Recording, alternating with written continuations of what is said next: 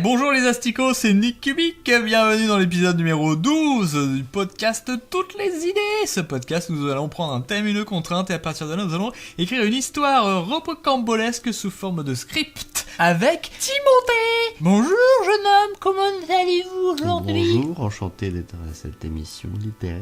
Alors aujourd'hui attention, ça va être sérieux, on va pas se marrer hein, c'est terminé ces histoires-là, on monte d'un cran.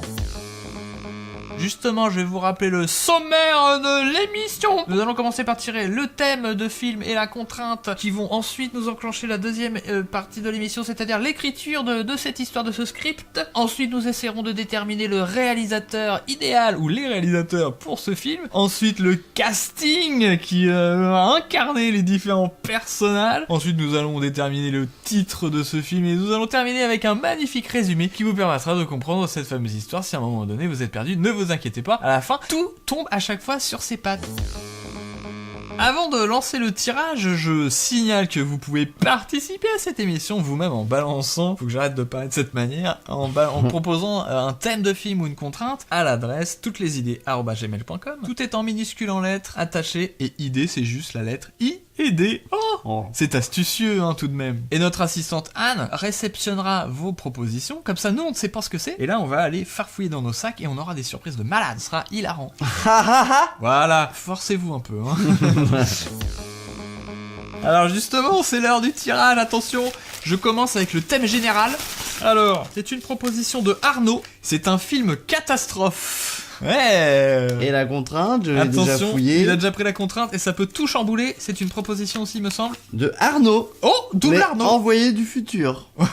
Chacun a son propre langage. Oh putain, chaque personnage j'imagine dans le film. Est-ce qu'on rajoute une contrainte? Non. Moi je trouve qu'il y a quelque chose d'assez général, ou si ça te fait peur, si t'as les miquettes, prenons une autre contrainte. On en reste là hein. Deuxième contrainte, énorme papier, c'est une proposition d'un internaute. C'est encore Arnaud. Alors c'est un festival. C'est un festival d'Arnaud et le papier est extrêmement long. Quand une personne prononce un mot, va peut-être aller langage. Elle ne peut plus jamais le prononcer une seconde fois. C'est tellement précis, comment veux-tu qu'on s'en serve? Il est fou lui. C'est clair. On va trouver quelque chose. On n'a pas le choix, on est là pour ça. Je me gratte la main sur cette banderole. Mais t'as quoi, une mycose? C'est dégueulasse. Non, c'est la gale, je pense que j'ai la gale du coup. Bah c'est très bien. Je suis très heureux de l'apprendre. Très bien, alors allons-y, c'est parti. Moi, j'ai tout de suite une idée. Ah, c'est pas vrai, c'était une blague.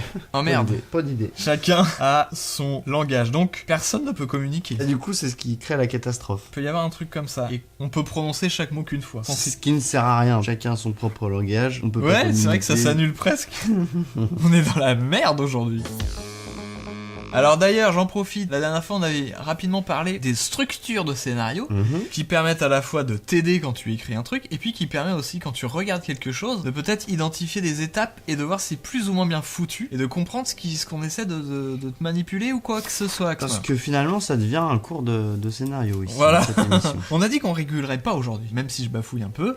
On peut quand même partir sur cette fameuse structure en 3 actes. Acte 1, acte 2, acte 3. Très bien, merci. Nous avons un assistant aujourd'hui, au moins qui est au taquet et qui aide à la compréhension de tout le monde. Et il y a les étapes du voyage dans le temps. Alors justement, je précise quand même que là, pour rentrer un peu plus dans le détail des différentes parties, je vais me baser sur le fameux guide du scénariste de Christopher Vogler, qui a repris le travail de Campbell, qui a étudié les contes et plein de films pour justement se rendre compte que c'est marrant. Tous les films ont le même processus procédural. Même dans des histoires, même ça peut aider pour un roman, il y a toujours ces étapes. C'est-à-dire qu'on part donc d'un monde de base, le monde du héros, il va avoir ce que lui appelle l'appel de l'aventure. C'est quelqu'un qui a une problématique et du coup il veut changer. C'est ça l'appel de l'aventure. Merde, je n'aime pas ce qui se passe. On lui propose une façon d'arriver à résoudre son problème, mais il n'est pas encore prêt. Donc il refuse une première fois cet appel. C'est ce qu'on appelle le refus de l'appel. Ensuite, il va rencontrer généralement Yoda.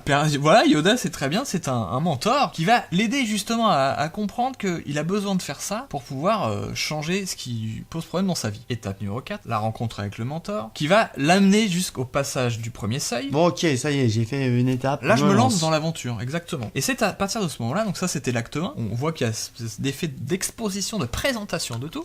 On bascule dans l'acte 2. L'acte 2, grosso modo, c'est l'acte des péripéties, où on va avoir différentes petites épreuves, et on va rencontrer des gens qui vont t'aider, et des ennemis qui vont peut-être venir te faire chier. Là, je détaille rapidement tout ça. On va nous partir en brainstorming de délire, et ensuite, ça va être intéressant de voir si on a bien tout, en fait. Respecter toutes les étapes. Quand on se dit, est-ce que notre histoire elle a l'air d'être finie, on a tous les éléments, est-ce qu'on les a vraiment tous? Et comme ça, on sait que le scénario est fonctionnel et peut être vendu à Hollywood. Acte 2, comme je disais, il y a toutes les péripéties. Tu commences à voir le fameux objectif qui se rapproche. Tu peux commencer à l'appréhender visuellement. Et ce qui va nous amener donc à la confrontation suprême, puisqu'à partir de toutes ces épreuves, le héros va se transformer et va s'améliorer. Alors le héros, d'ailleurs, ça peut être un groupe de personnes, hein, c'est pas forcément un individu. Par exemple, au début, c'est un lapin et à la fin, c'est un robot. Il s'est transformé. Exactement. Et quand il est en robot, et bien là, il se dit, ok, je suis prêt. Et là, c'est le moment de la fameuse épreuve suprême qui nous amène au climax du film. C'est un peu la bataille avec le boss de fin, quoi. Ouais, voilà. Où il peut donc montrer toute son évolution, tout ce qu'il a pu acquérir pendant cette aventure. Il va réussir ou échouer, d'ailleurs, ça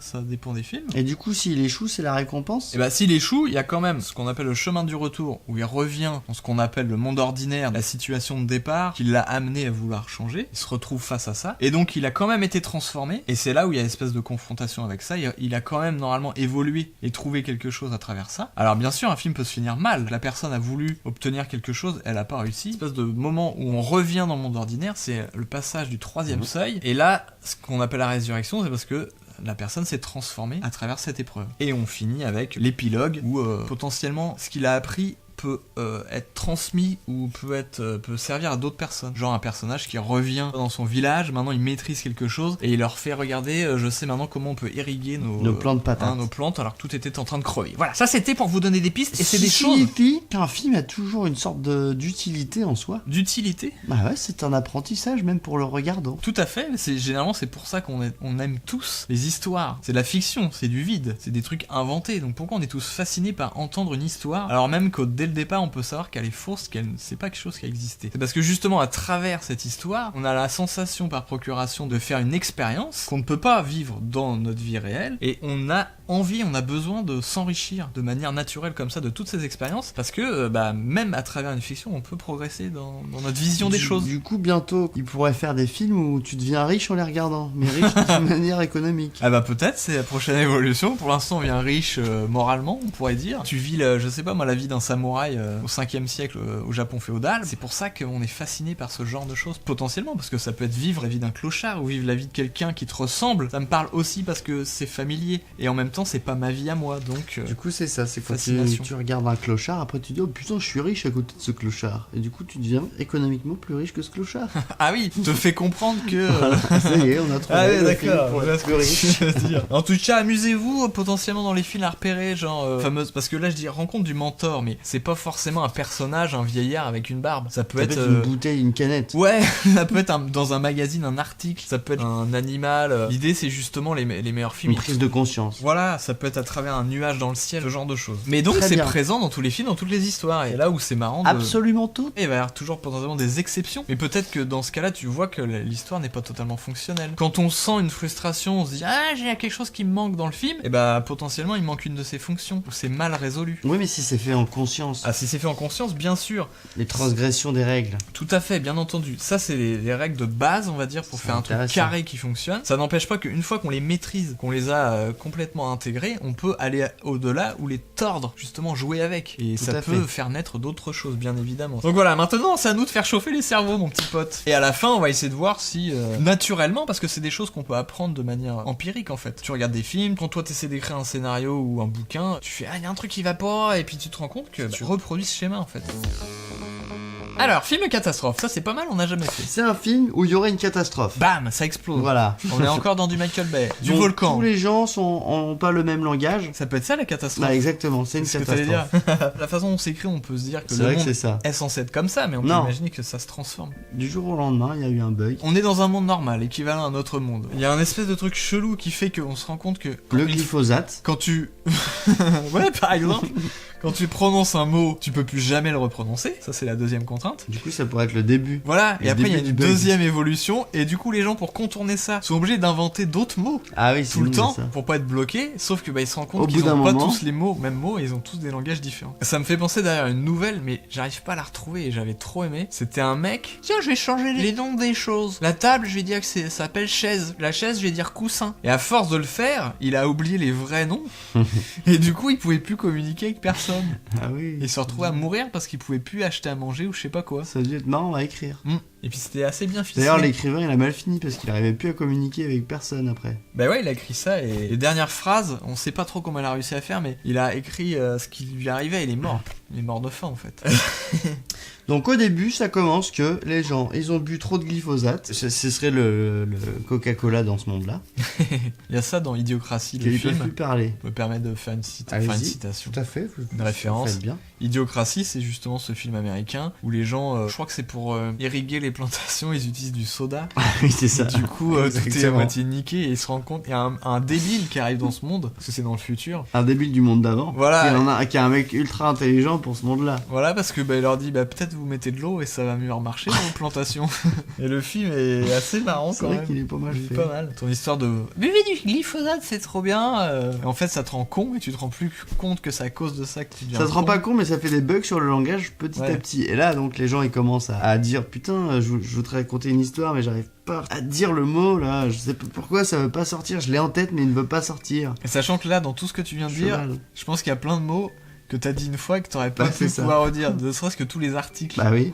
Ah, ça doit être trop bizarre d'imaginer des phrases. Ça demande un travail d'écriture extrêmement complexe. Bah en tout cas d'imaginer si tu dis l'autre fois j'ai vu un pote et là je peux pas redire je pour dire je suis allé machin, c'est déjà Et bloqué. on est allé, Hop, il y a plus de jeu, il y a on plus est on. allé Putain, avec ce pute. faudrait écrire des phrases C'est bon, c'est un et travail éliminer au d'écriture. fur et à mesure les mots. Il y a ce truc de on les voit boire du glyphosate. Parce que c'est gratuit en fait. C'est ça, c'est peut-être pas qu'on leur dit spécialement, mais c'est un nouveau, Ou c'est pas cher. une nouvelle boisson installée en tuyau, et des fontaines partout. Les gens viennent remplir leurs bouteilles. Ils ont plus besoin d'acheter de coca, ils boivent ça et c'est aussi bon. Donc après, ils ne peuvent prononcer que les mots qu'une fois, donc très vite tu n'as plus de mots en fait. C'est ça. Mais ça veut dire que tu crées un mot pour dire table, tu l'utilises, il faut que tu rechanges. Ça peut pas marcher en fait. Ce truc de je peux prononcer un mot qu'une fois, pratiquement ça fout en l'air de chacun à son langage. Ou alors on le prend dans cette idée de les gens essaient d'inventer tout le temps des mots, donc ils ont tous un langage différent. Oui, mais à la fin, on peut changer aussi la logique. Ils ont réussi à trouver des subterfuges à ce truc-là. Il y a des nouveaux mots qui arrivent et eux, ils peuvent les réutiliser. Ah ouais, des mots. C'était des mots d'un langage normal et là, ça commence à créer d'autres langages où ils trouvent des langages où ils peuvent redire les mêmes mots, mais ça a plus de sens. Par exemple, zuglapt. Ils arrivent, zuglapt. J'arrive à dire 2 fois zuglapt. C'est bon. Parce que c'est pas un mot peut-être. Ouais. C'est ça serait. Deux. Ça c'est Monsieur Merde dans Ouais, comme ça. Holly Motors et dans Comme Tokyo. ça. Tu l'as pas vu? Tu vois Ah, pas si, qui c'est si, Monsieur si, Merde? ça y est. Denis Lavant. Vous allez voir donc. Tokyo, c'est un film collectif. Il y a 3 films qui se passent à Tokyo. Il y en a un de Léos Carax, donc avec Monsieur Merde, personnage complètement cinglé qui a son propre langage. Il y en a un de Gondry et le dernier sur les Hikikomori qui est très cool aussi. Ces fameuses personnes qui restent recluses Enfermés chez elles. De plus en plus à cause de Netflix. Arrête s'ils nous demandent un partenariat parce que on leur trouve plein d'idées de scénarios C'est qui vrai, finissent ça. en série alors ils sont cool des J'ai pas créateurs. j'ai pas dit Netflix, hein. Ah merde, t'as dit Amazon Ulu là. Ulule. Ulule. Non, j'ai dit Netflix 4. Netflix. Ah, il t'a inventé un mot. Netflix, les flics plus ultra flics. Ça va être un film très concept. Faudrait trouver une problématique dans l'idée de film catastrophe peut-être. On peut peut-être rajouter un truc de base de film catastrophe comme un problème de volcan. Où ces problèmes-là deviendraient très chiants. Bah, du coup, même la Terre a du mal à s'exprimer. Du coup, le volcan s'exprime d'une manière bizarre. Ah, même les animaux. Ah oui. Parce que non, justement, les animaux, ils utilisent pas des mots. Non, mais Ils c'est ont un pas langage. C'est pas un langage articulé. Parce que comme il dit un mot, pour moi, mot égale langage articulé. Et un animal n'utilise pas des mots. C'est vrai. Du coup, les langages que les humains doivent adapter sont sans mots. Voilà. Ils peuvent parler Si. avec des signes, donc ils apprennent tous le langage des signes. J'aime bien l'idée, je peux prononcer un mot qu'une seule fois, donc il a une valeur de ouf. Les gens ils savent pas, donc au début ils perdent leurs mots, ils ont l'air l'air con. Mais par contre, si on imagine plusieurs générations après, les gamins ils savent, on leur apprend une espèce de langage non articulé sans mots. Par contre, on peut leur apprendre les mots, mais ils savent qu'ils pourront s'en servir qu'une fois. Et du coup, ils le gardent pour un moment vraiment important. Pour une histoire d'amour. Par exemple. Le je t'aime, tu peux le dire qu'une fois à une personne, du coup. Oh merde. Ouais. Du coup, les gens n'utilisent C'est même beau. pas le mot je parce qu'ils disent putain, je veux pouvoir dire je t'aime, alors je peux pas utiliser le mot je, Ah bah non. ni le T apostrophe, ni le M. Putain, I love you. Ah par contre, tu peux peut-être feinter en utilisant plein de langues étrangères. C'est ça. Ouais. Mais bon, faut que l'autre connaisse la langue étrangère en question. Ouais, j'aime bien l'idée, tu vois, de ce truc un peu concept sur le langage, mais ça reste un gros film de divertissement catastrophe. Ok. On peut peut-être mettre plusieurs trucs. Il y a un problème avec un volcan, un avion qui va s'écraser. Une météorite qui va s'écraser dans le Météorite. volcan, qui va boucher le volcan, donc ça va nous aider. Ouais, ça peut être bien ça que le truc se résolve tout seul. Et en fait, il n'y a plus que le problème d'un vélo qui est dans une pente, je sais pas, un truc de merde, il reste plus que ça en fait. Tous les autres trucs se résolvent les uns avec les autres. Que c'est tellement catastrophique. Ah oui, les gens ils courent, il y a des cailloux qui tombent et ça passe à côté. Et à la fin, c'est une fourmi qui est. Ah, les cailloux qui tombent, ça fait des trous dans le sol et la lave elle peut s'échapper et du coup c'est bon. Ah oui. Donc on a le volcan. Il y a le volcan, mais d'abord ça va. Raz-de-marée. Ah oui, un Un raz-de-marée. raz-de-marée, c'est pas mal. Un raz-de-marée avec un géant qui boit l'eau du raz-de-marée. Ouais, Godzilla ou je peux. Enfin non, pas Godzilla, il est censé être gentil à un moment donné. King Kong. Oui, qui fout le bordel et du coup il a un problème avec l'eau, il aime bien boire, j'en sais rien. Il a soif et effectivement il peut pas boire, il peut pas attraper des vers ou quoi que ce soit. Donc il profite du raz-de-marée. En buvant tout, il se noie et du coup les deux menaces s'annulent quoi. Voilà, ensuite qu'est-ce qu'on a Il y a d'autre? comme autre menace qui peut Le être tremblement de terre. Avec le nombre de voitures qu'il y a qui roulent, ça stabilise. en fréquence. Ouais. Une autre menace qui pourrait. Ah, bah une De- centrale nucléaire qui explose. Mais ça reste une catastrophe quand même. Ah oui, du coup, faudrait trouver un truc pour une centrale nucléaire. Des extraterrestres qui viennent nous envahir et au moment où ils vont tuer tout le monde, il y a le tremblement de terre et la fréquence les fait exploser tous. Leur explosion entre en résonance et annule le tremblement de terre. Parce que je pensais plus C'est un peu les extraterrestres avec la bombe nucléaire, ça marche bien. C'est-à-dire. Parce que les extraterrestres arrivent pile au moment où il y a une explosion nucléaire, du coup ils absorbent les rayons. Ah, où ils se prennent la bombe dans la gueule alors qu'elle allait atterrir. Ah ouais. Ça explose leur vaisseau. Oui, très bien. Bon après il y a le truc des retombées normalement, mais on peut dire que comme tu disais ils sont bizarres, ils les absorbent. Voilà. Et peut-être le truc de glyphosate, Ah. tremblement de terre, et du coup le liquide qui est dans les humains, parce qu'ils ont tous bu ça, on se met à vibrer et absorbe ce fameux tremblement de terre et fait évaporer le glyphosate des gens. C'est un peu barré. Hein, tu trouves? Moi je trouvais ça logique et évident et normal. Qu'est-ce qui tremble aussi et qui peut détrembler un truc? Un truc. Moi je vois des camions, Ah ouais, la ou circulation. des chars. C'est forcément la Corée du Nord qui déploie des chars au moment où il y a le plus gros tremblement de terre de Los Angeles. Et ils en sortent des centaines de milliers de vibrations et les fréquences Bah, en fait, s'annulent. Ça annule, mais du coup les chars ils explosent parce que à cause du tremblement de terre, pile où ils arrivent, il y a les chars qui explosent et le tremblement de terre ça l'arrête. Du coup c'est cool. Pas évident à faire, mais si t'arrives à bien combiner l'arrivée des menaces les unes après C'est les ça. autres, et au début en pensant qu'il y a 8 menaces, Et il y en a peut-être d'autres, hein. Il y en a pas d'autres qu'on pourrait rajouter. ça fait déjà beaucoup, non? C'est vrai. À combiner peut-être. Parce que les mecs sont genre en train de réfléchir sur un volcan qui va cramer peut-être une ville. Donc on sent que Ah, les feux de forêt. tout est assemblé Les feux de forêt des pluies extrêmes. plus acide. Ça marche bien. Ah, il y a les tornades aussi qu'on n'a pas mis. Ah bah peut-être tornade de forêt alors. Ah, que feu de forêt et acide, tornade, ouais. Je vois pas trop comment on peut Les l'annuler. feux de forêt et des tornades qui emmènent le feu dans le ciel. Et qui peut niquer un autre truc qui nous arriverait sur la gueule. C'est ça. Une tornade remplie de feu qui gicle de la terre. Et qui brûlent les déchets, les fameux déchets de Ah, spatiaux. spatiaux qui étaient en train de Qui tomber. était... Et donc ça se combine. Ça rend trois trucs, ça. Ouais. Celui-là, c'est le... Le film imbitable.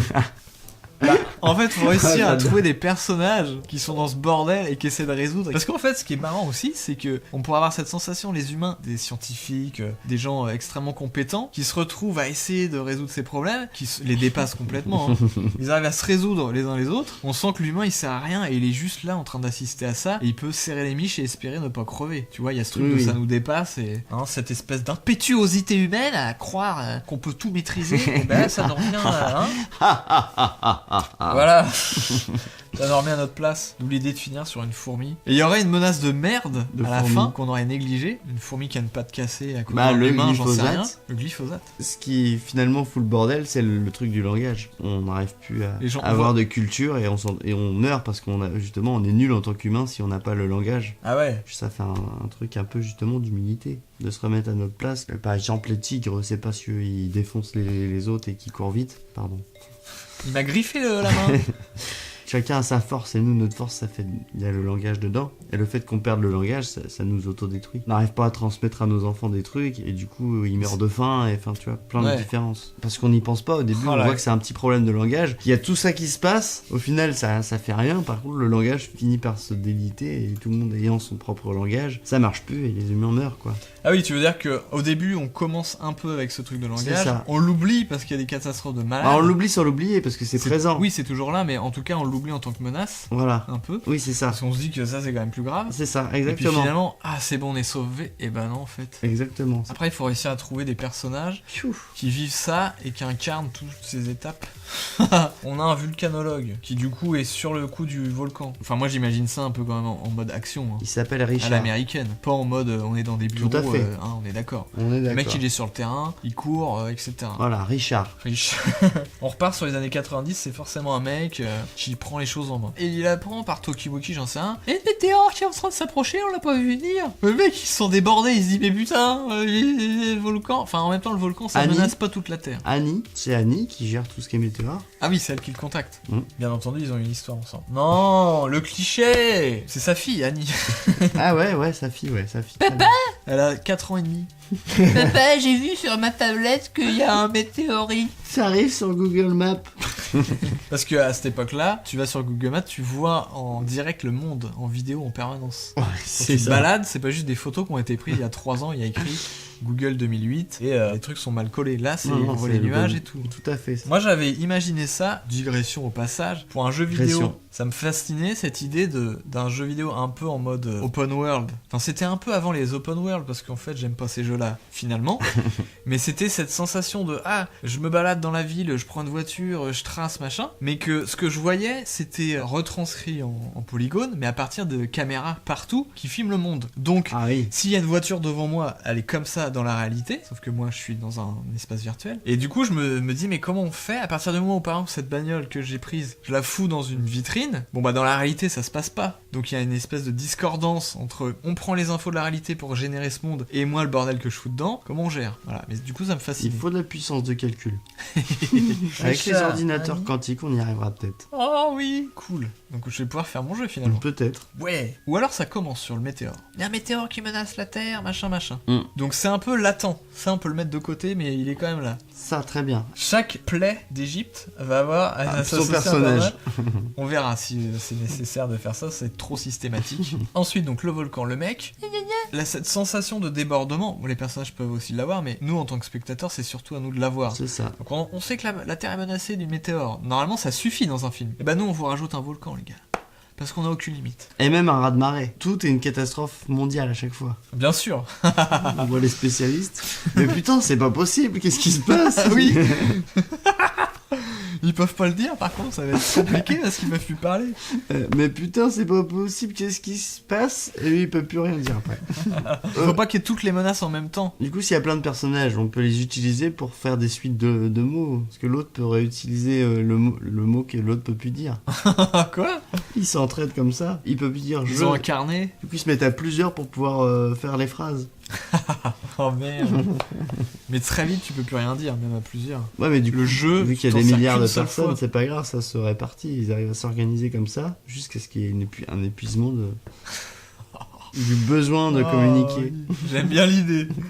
On se rajoute du complexe. Putain, c'est clair. Je pense qu'il faut qu'on définisse 2-3 héros qui vont essayer de courir partout pour sauver la situation. On va peut-être pas en mettre un à chaque fois. Parce que par exemple, King Kong, il n'y a pas spécialement besoin qu'il y ait quelqu'un. King Kong, il est indépendant. Par contre, là où peut-être on peut fusionner. Le mec, par exemple, du volcan, il entend parler d'une potentielle intervention humaine avec des missiles, je sais pas quoi, pour détruire le météore. Mais il a une connaissance géologique, le mec. Et il voit que c'est une mauvaise idée de faire de cette manière-là. C'est pour ça que moi je pensais que c'était quand même notre héros. Et ici, s'y connaît bien en catastrophe. Et généralement. C'est Catastrophe Man. Ouais. Bah, tremblement de terre, volcan, météore, il connaît, tu vois, il gère le délire. Raz-de-marée. Feu de forêt, un peu, tornade. Il a une spécialité en feu de forêt. Bah, en tout. Bah, il peut y avoir un autre personnage qui est avec lui aussi. Ça peut être une équipe. Ah, bah, Richard et Annie, voilà. L'espèce de ligue de super-héros, là. Ils sont 6. Ouais. Il y en a 2 qui partent pour s'occuper de ça. Il y en a 3 qui vont là. Et il peut y avoir des délires comme ça. Au début, on n'a pas forcément toutes ces contraintes-là. On aurait la météore. Et puis, on aurait problème de surpopulation, de réchauffement, des trucs de base. Donc, on serait dans une terre, on se sent déjà menacé. Et là, d'un coup, bam, il y a le volcan qui surgit. Oh putain! Donc, on envoie 3 mecs de cette brigade. Oh non, ça peut être une série encore, ce délire. À chaque épisode, il y a une menace supplémentaire. En tout cas, ça peut être cool ce moment où on fait mais putain, c'est pas possible, il y a 5-6 machins, et il y en a un qui annule un autre. Parce que du coup, au début, il y a de l'espoir, ouais, la météorite, il y a moyen, et puis là, il y a le volcan, putain, mais il y a le volcan par-dessus le marché, et puis il trouve des solutions, il y a moyen. Ouais, puis tout d'un coup, il y a un King Kong qui arrive, mais putain, et là, qu'est-ce qu'on peut faire? Il y a même des moyens d'action, mais il n'y a plus de fric, enfin. Et là, il y a le raz-de-marée qui est en train de se prévoir. Oui, c'est ça. C'est à cause du tremblement de terre. C'est bien s'il y a des menaces qui émergent d'un coup, donc on la prend en pleine gueule, et d'autres on sent mais non c'est pas vrai. Visiblement il y a un énorme raz-de-marée qui est en train de se préparer, ou même le tremblement de terre, des fois on peut les voir à l'avance venir. Mais il y en a des prémices de tremblement de terre qui ont créé le raz-de-marée qui prévoit aussi qu'il va y avoir un énorme plus gros tremblement de terre. Et il peut y avoir d'ailleurs... Et en fait ils ont envoyé les chars coréens pour King Kong.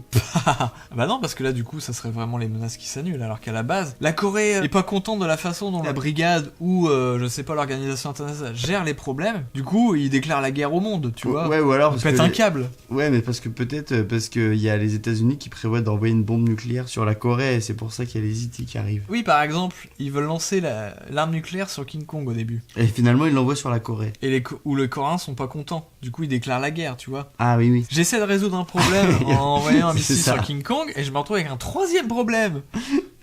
Tandis qu'il y en a déjà 5 autres avant. C'est pour ça que j'aimais bien vraiment un maximum de catastrophes qui s'enchaînent à fond. Ah bah bien sûr. Mais ce que je veux dire, c'est qu'à partir du moment où le météore va boucher le volcan, on va peut-être comprendre aussitôt cette mécanique que les trucs vont se combiner. Ah oui. Tu vois, c'est ça. Pas forcément. Bah je me demande si moi en regardant le film, je vois plein de menaces qui s'enchaînent, je me dis mais c'est pas possible. Ouais. Et d'un coup il y en a 2 qui s'annulent. Tu te dis elles vont peut-être s'annuler toutes. Donc ça peut être bien qu'en fait les 3/4 du film, il y a les menaces qui se rajoutent, et plutôt sur la fin, ça se met à se résoudre. Faudrait le faire d'une manière où ça se résout, mais on se dit c'est un hasard, et puis le deuxième là, c'est on a compris le mécanisme. Bah et puis ouais, non, c'est vrai que si par exemple il y a cette espèce de hasard qui fait qu'il y en a 2 qui s'annulent, et qu'il y en a aussitôt une nouvelle qui apparaît, on se sent même pas vraiment soulagé peut-être. Et puis jusqu'à la fin où c'est juste le langage finalement, enfin on arrive quand même à un anéantissement des humains à cause d'un truc qu'on n'avait pas prévu. Il est excellent celui-là. Ouais, franchement il est pas mal. Mais je pense en trilogie peut-être. Ouais. Parce que c'est copieux là, notre histoire. Ouais, ou en film de 5 heures, c'est pas grave. Oh oui, le truc, l'événement du siècle au cinéma. Le film catastrophe de 4 heures. Oh là là, oui, ça me donne envie. Alors on essaie de voir juste l'enchaînement des trucs. Tout à fait. Le météore, il est déjà là, le volcan émerge. Ensuite... Et où sont nos... On a la brigade qui va sur le volcan. Il commence à dire on a peut-être un moyen d'endiguer. Et là, King Kong. Tout à fait. Est-ce que King Kong est près du volcan ou il est carrément à l'autre bout du monde? Si, il est à l'autre bout du monde. Du coup, ils envoient 2 autres mecs de la brigade. Météore, il y a la NASA qui bosse dessus. On revoit un petit coup de il est à telle distance, il reste tant d'heures avant qu'il arrive. Et là, il y a des débuts de tremblement de terre. Merde. Sur Los Angeles, sur la faille de Los Angeles, ce qui crée un raz-de-marée. Peut-être c'est pas certain. On a peur que les tremblements de terre enclenchent des raz-de-marée. Oui, voilà. Donc là, il y a les missiles nucléaires qui vont être envoyés sur King Kong, mais sauf qu'ils ratent la cible. Donc au début, c'est pas une menace. Sauf que si ça rate King Kong, ça peut détruire le monde. Merde. Mais comme les États-Unis annoncent l'utilisation des missiles nucléaires, la Corée n'est pas contente. Guerre. Ils lancent des chars, et c'est là normalement les chars annulent les tremblements de terre. Ce qui est pas évident à définir dans ce film, c'est l'échelle. C'est un film géologique. On voit tout de vue aérienne avec des émissions de télé. Il y a pas vraiment de personnages. Ah oui, ça pourrait être pas mal. Soit on a des personnages sur le terrain qui courent et qui essayent, mais il faut trouver des scènes d'action. Il y a un village qui est pas loin, ils viennent sauver les gens, ils les emmènent, ils essaient de mettre au point un truc pour faire dévier la coulée de lave. Donc ça fait une scène d'action stylée. Pareil, King Kong, il va menacer forcément des immeubles, des trucs. Les 2 mecs de la brigade. King Kong, normalement, il prend une meuf. Voilà. Donc il y a Corinne. Ils veulent sauver Corinne. Le monde découvre que la Corée avait dans ses sous-sols des hangars. de chars. Des centaines de milliers de chars. Des centaines de milliers Faut de que ce chars. soit Ouais, faut que On ce a soit- l'impression, tu vois, comme des fourmis qui sortent d'une termitière, d'une C'est des fourmilière. fourmis, mais elles sont immenses. Voilà.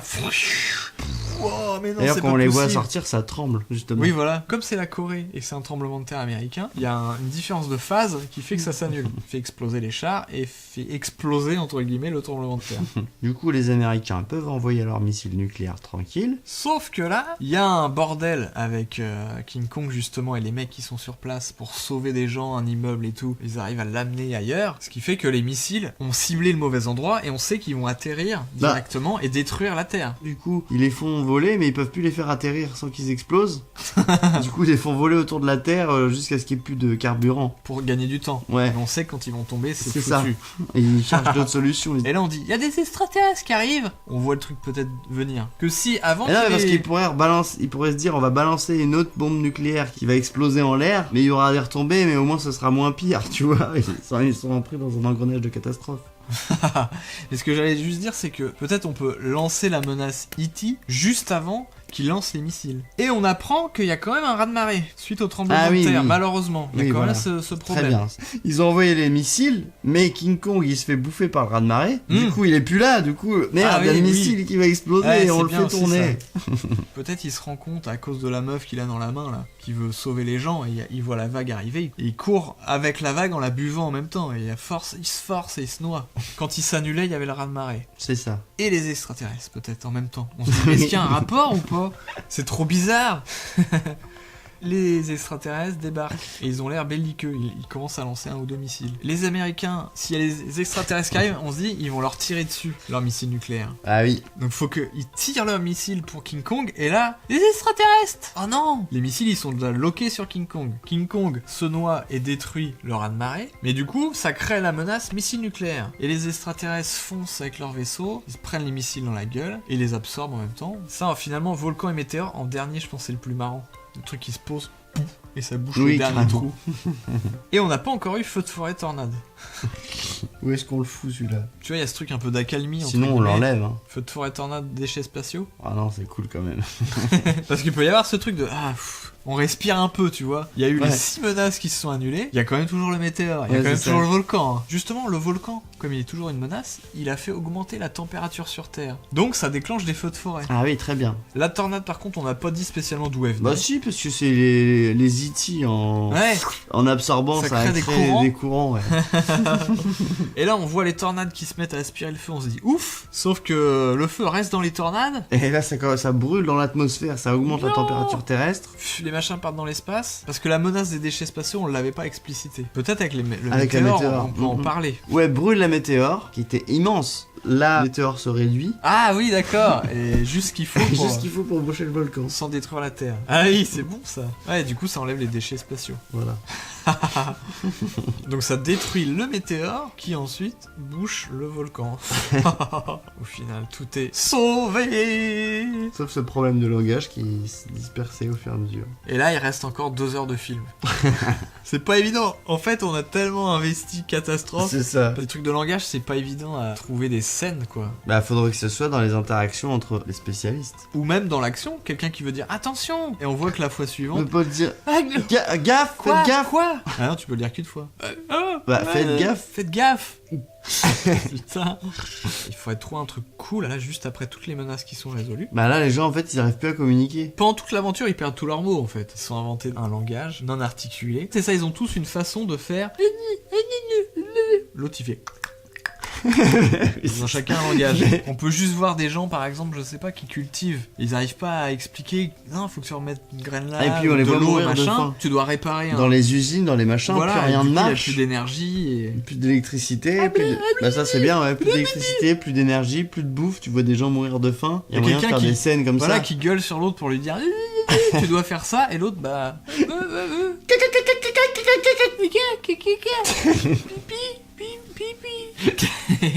Et avec des ellipses, on peut voir 1000 ans plus tard. C'est ça. Et on voit les champs ravagés, il n'y a presque plus Ou rien. les enfants qui naissent, mais les parents, ils arrivent même pas à leur apprendre quoi que ce soit. Ce que ça engendre, c'est une société, si elle veut survivre, totalement individualiste. Les gens peuvent compter que sur eux-mêmes. Ouais, sauf qu'à terme, chacun avec doit les enfants, réussir à... avec les enfants, ils arrivent même plus à rien apprendre. Et on sait très bien qu'un enfant qui apprend rien, il meurt, quoi. Du coup, la génération d'après.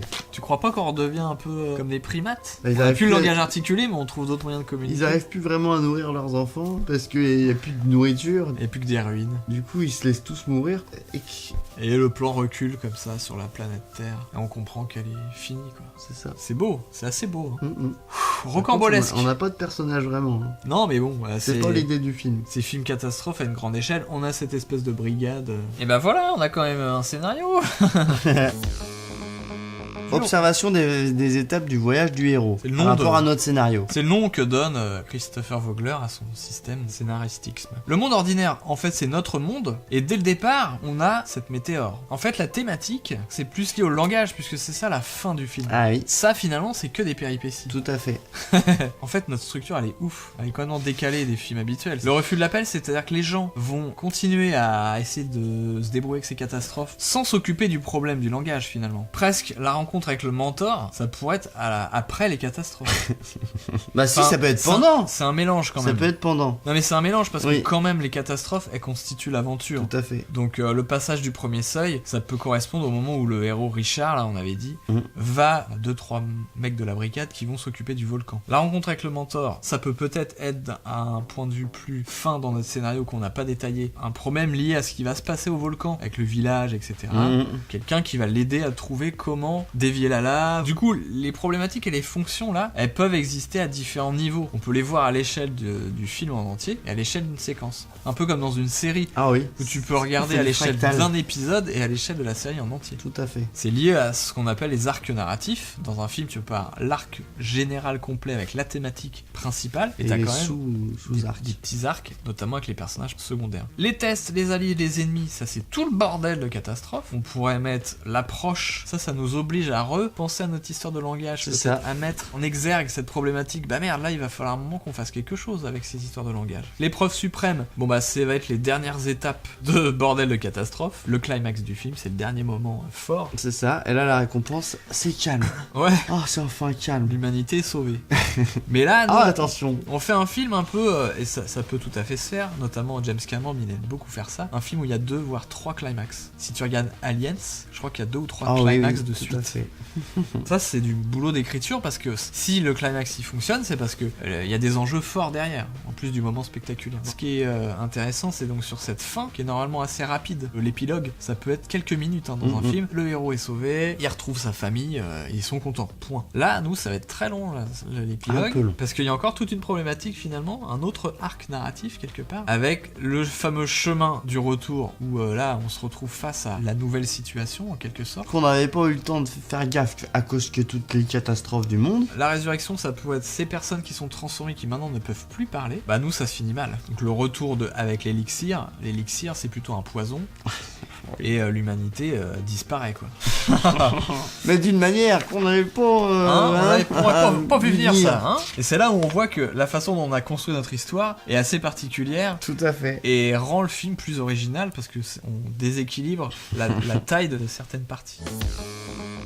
Donc James Cameron pour réaliser ce film, c'est ça? Alors oui, c'est le moment de faire le réalisateur. James Cameron, il peut relever ce genre de défi de port. Hein. Je Clairement, avec ce truc de double climax. Il a aussi il aime bien les thématiques un peu écologistes. En tout cas, il se pose des questions sur la vie sur Terre et l'humain dans Abyss, dans Avatar. Tout à Donc fait. effectivement, c'est une bonne idée. On l'a pas déjà utilisé, James Cameron. Il Je me ne semble crois qu'il a pas. été réalisateur déjà d'un de nos Ah films. ouais Hein. Ouais. Oh merde. Il était avec quelqu'un d'autre, il me semble. Bon bah Jane Goodall alors. Jane Goodall. Tu sais celle qu'elle est avec les chimpanzés, les gorilles, tout ça là. Ah, qui est pas réalisatrice, Non, c'est pas une du tout. anthropologue. Voilà. Ouais. Ouais. Bah c'est du boulot ce film quand Bah même, oui, donc hein. on peut lui mettre des mecs pour l'aider. Un grand réalisateur, une meuf qui sait maîtriser les singes, ça peut faire un C'est truc bon. marrant.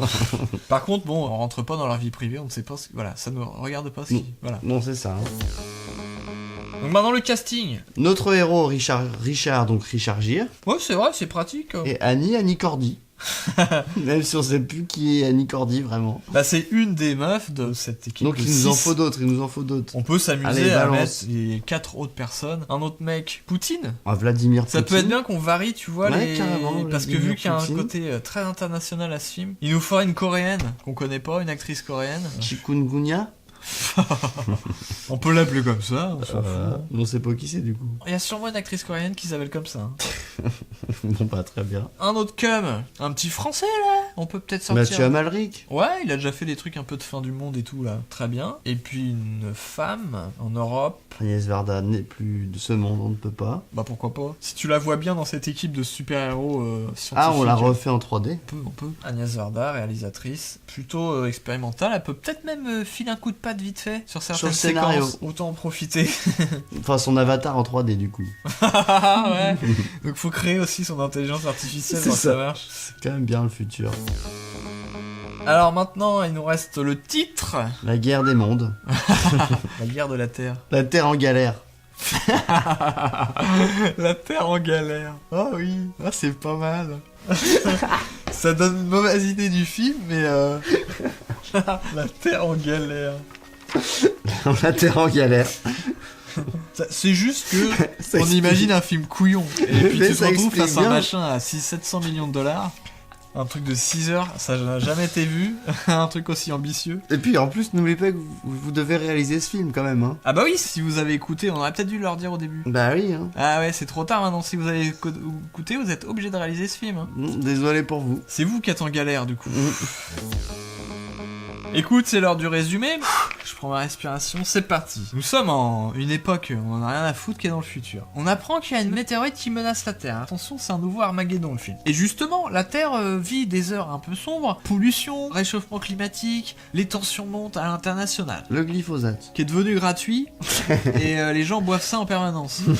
Il y a des scientifiques qui sont athlètes en même temps, hein. C'est des gens dégourdis. Ils se sont réunis, il y a une équipe de 6 qui sont là pour essayer de résoudre les problèmes de la Terre parce que putain de merde, ça devient trop grave. Et là, justement, il y a un volcan qui émerge. Truc géant. Les volcans d'Auvergne se réveillent. Ouais, ça va se passer en France au début. Non, il y a de la lave partout. Et ça commence à s'approcher de villes importantes. Il y a 2-3 personnes. On va envoyer Richard, Annie et Vladimir. Clermont-Ferrand. Voilà, il y a des gens dans le coin qui leur proposent des choses. Ils réfléchissent, ils trouvent un peu comment faire dévier cette putain de coulée de lave. Pendant qu'ils sont en train de courir et de sauver les gens et de les faire sortir des maisons et tout, ils sauvent quelqu'un et dans la télé on voit King Kong vient de débarquer sur la côte. On je n'y sais croit quoi. pas, mais c'est pas croyable. Mais non, c'est une blague, c'est le 1er avril. Ah non, on est le 12 avril. Mais ça serait très mauvais goût de faire un 1er Ah avril oui, le 12. avril. Hein. Donc ils vérifient dans la platine DVD des gens, il n'y a pas le DVD de King Kong. C'était vraiment à télévision, donc c'est réel mon Oh pote. là là Mais là non là. Parce que le volcan, bon, on a un peu sauvé la ville, Mais là, mais quiconque, ça va être chaud. Hein. c'est un volcan sur volcanisme. Les fumées risquent d'envahir la Terre totalement. Bah et puis même de faire des éruptions d'une taille phénoménale qui va projeter de la lave partout sur la Terre. C'est ça. On envoie 2 autres personnes de notre équipe, Shingun et Mathieu Amalrich. On les envoie gérer King Kong, scène d'action. Ils vont sur les toits, ils essaient de Et puis ils sauver- galèrent à communiquer. Ils commencent à galérer c'est à vrai. communiquer. De temps en temps, il y a des petits bugs. Il manque un mot dans la phrase. À cause de ça, King Kong arrive à choper une meuf qu'ils allaient sauver. Et lui, il pète un câble une fois qu'il a une meuf dans la main. C'est un singe c'est- bizarre. Comme quoi que, attention, il y a des tremblements de terre, mon gars. Qui viennent, bon. Les sols s'effondrent, etc. Les États-Unis disent bon, King Kong, on King s'en Kong. occupe. On a des Déjà, missiles, nous, on est en gère, train de les. on va gérer. On réchauffe les missiles. Du coup, la Corée, Ah, parce que King Kong, il serait en Corée. C'est pour ça qu'ils sont pas contents. Parce que la nucléaire irait. au cas si détruire ça la rate. Corée. Du coup, la Corée déclare la guerre à l'humanité. On découvre que dans des sous-sols, à perte de vue, des centaines de milliers de chars qui se mettent à sortir. Ça n'arrête pas, on comprend pas. Et ils tremblent, ils sont puissants. Hein. C'est des gens qui avaient une industrie de qualité. Et là, il y a un effet, on a de la chance quand même, hein. Un effet de phase entre les tremblements de terre des chars et des tremblements de terre tout court, qui fait que ça s'annule. Ça rentre en vibration. Du coup, les chars, à force qu'ils sortent, ils explosent en même temps. Et par contre, ça annule le Le tremblement, tremblement de terre, on voit Ouais. que ça se calme. Ouf. Enfin, il se passe quelque chose de positif dans ce putain de film où on n'était pas content. On respire un petit peu. Mais dans la foulée, on se rend compte que les tremblements de terre, ok, ont été annulés, mais ils ont eu le temps d'enclencher un raz-de-marée qui vient de naître au large très bien loin. sûr. Et ils ont calculé, il y en a pour 16 heures, ça va déferler et c'est un raz-de-marée, c'est du jamais vu. Le machin, il fait toute la largeur du continent, il fait une hauteur phénoménale. Et en plus, il va dans les deux sens. Il va dans le sens équatorial, ouais. soit côte ouest et côte est. Oh là là, c'est une catastrophe. En gros, il va niquer le Japon, féodal, la Russie, la Chine, tout ça, et de l'autre côté, les États-Unis. Sachant que bien entendu, de temps en temps, on a des petits communiqués sur le météore qui continue de se rapprocher. Hein, il n'y a plus que 27 heures avant qu'il détruise. Le volcanisme, on calcule, c'est de pire en pire les prédictions que ça va vraiment recouvrir la Terre de lave. Exactement, mais ça va être bientôt. Ensuite, on apprend qu'il y a des extraterrestres qui viendraient d'arriver dans l'espace aérien. Mais on voit que les infos, c'est de plus en plus difficile de comprendre ce qu'ils disent parce que ils peuvent plus utiliser certains mots, on ne sait pas pourquoi vraiment. Ils s'expriment de manière très chelou, avec beaucoup de dessins et d'images. Est-ce qu'ils peuvent écrire par contre? Au début, oui, c'est un langage. Ou peut-être que non, au bout d'un moment, même à l'écrit, ouais, ça peut. Ta main, elle bloque. C'est la même région de langage. Voilà. Ah, ça serait génial ça. Les États-Unis, ils enclenchent ces fameux missiles pour détruire King Kong. Lockheed, les missiles partent. Et King Kong, lui, il est tombé amoureux de sa meuf. Elle lui parle et lui dit hey, raz-de-marée, raz-de-marée. Il court avec les vagues, il boit l'eau en même temps.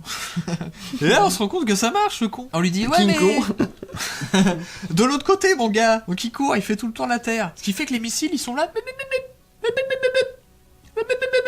Ils partent dans tous les sens. King Kong fait le tour, il aspire l'autre vague. Mais là, il se noie comme un con. Bah voilà. Ah, on lui avait dit. Pas trop d'eau parce que. Et ben non, je finis l'amour. J'ai commencé un travail, je le finis, je fais pas de pause, j'ai pas de syndicat. Je veux sauver ma meuf. J'ai pas de syndicat, ça va être problématique. King Kong est noyé, donc la menace est écartée. Et les raz-de-marée aussi ont été écartés. Par contre, qu'est-ce qui se passe? Mais du coup, les missiles se sont éparpillés tout autour de la Terre. Oh, ils risquent de retomber à chaque instant partout. Donc les États-Unis disent vous inquiétez pas, on a un truc de sûreté, on les fait tourner. Ah oui, mais du coup. Ils ont pas assez de carburant, à un moment ils vont quand même tomber. À ce moment-là où les extraterrestres décident d'attaquer. Ils attendaient un peu, ils observaient, un petit coup de laser de temps en temps. Mais là, ils attaquent carrément avec leur vaisseau, ils en ont marre. Coup de peau, encore une fois, les missiles sont réenclenchés, bam, retombée nucléaire, mais heureusement, il y a cet effet qu'ils aspirent.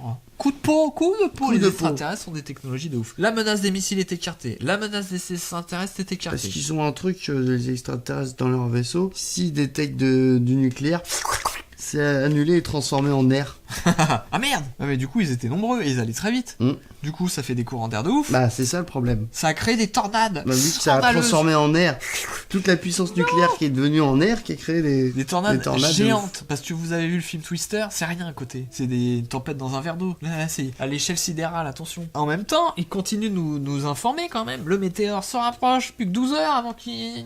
Et surtout le volcan crée des augmentations de température, feu de forêt qui s'enclenchent. Ah ouais, mais non, ils envoient des mecs de la brigade. On n'a même pas le temps d'arriver, ça va être tout foutu. Et là, les tornades. Heureusement, on a beaucoup de chance dans ce film, hein, quand même, il faut l'avouer. Qui aspire ce fameux feu de forêt, qui l'enferme en lui-même. C'est chelou. Ça peut faire peur aussi, parce que la tornade, on sait pas où elle va aller. Ça commence à brûler l'air. Non, la tornade est propulsée dans l'espace, et du coup, elle rencontre le météore, elle le fait fondre. Wow. La météore, on a peut-être une chance. Dans la ils font pas complètement, donc on a un peu peur quand même. Hein. Non. Et là, il atterrit dans le volcan, le fameux panier de basket. Juste au moment où le volcan commençait à gicler. Pouf, pouf. La tornade, elle s'est bien entendu dissipée. Bon, ça a foutu le bordel hein, quand même sur Terre. Hein. Mais bon.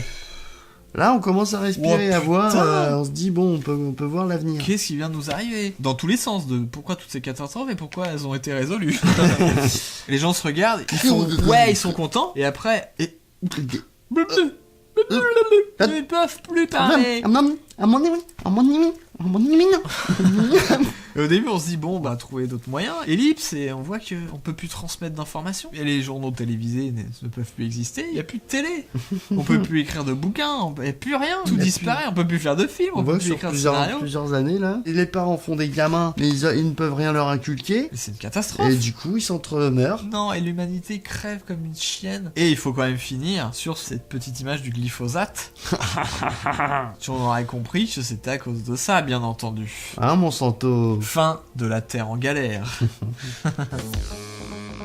Et ben voilà, on vous dit au revoir. Vous pouvez nous proposer une affiche du film. Vous faites ça n'importe comment, vous découpez dans un livre, vous prenez des images à l'arrache sur Photoshop, vous nous proposez une affiche de ce film catastrophe, La Terre en galère, on vous a donné le casting, vous nous balancez ça et nous on le balancera sur le Twitter. Nicubic, c'est le Twitter de toutes les idées du podcast. Exactement. Ça peut être très marrant. On n'a pas encore eu de proposition, mais un jour je pense qu'il y en aura une et on aura. sera extrêmement heureux. Vous pouvez retrouver bien entendu ce podcast sur Spotify si vous préférez. Sur iTunes, n'hésitez pas à voter parce que j'ai vu qu'il y avait que 2 votes sur iTunes. Ça peut aider le podcast à remonter en visibilité. Pour ceux qui veulent voir notre bobine, il est aussi sur YouTube, sur la chaîne Nicubic, Nikubik, toutes les idées. Merci à vous. Allez, bisous, et puis on vous dit à la prochaine. À bientôt, bisous, ciao. Oh, je peux lui dire au revoir, j'ai que oh.